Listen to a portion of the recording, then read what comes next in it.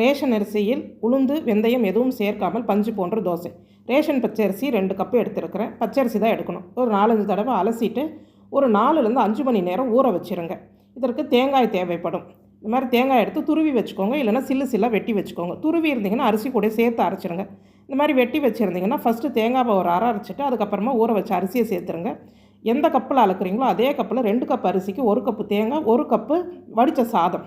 நீங்கள் முந்தின நாள் நைட்டு இருந்த சாதம்னா கூட தண்ணி ஊற்றாமல் ஃப்ரிட்ஜில் எடுத்து வச்சுட்டு அந்த சாதத்தை கூட பயன்படுத்திக்கலாம். பச்சை அரிசி, புழுங்கல் அரிசி சாதம் எதுனாலும் நல்லா மையாக அரைச்சி உப்பு சேர்த்து ஒரு 6லேருந்து 8 மணி நேரம் புளிக்க வச்சுருங்க. இப்போ பாருங்கள், 6 மணி நேரம் கூட ஆகலை, 5.5 மணி நேரம் ஆயிருக்கு. மாவு நல்லா பொங்கி வந்திருக்குது. கிளைமேட்டுக்கு ஏற்ற மாதிரி பொங்கி வந்துடும்.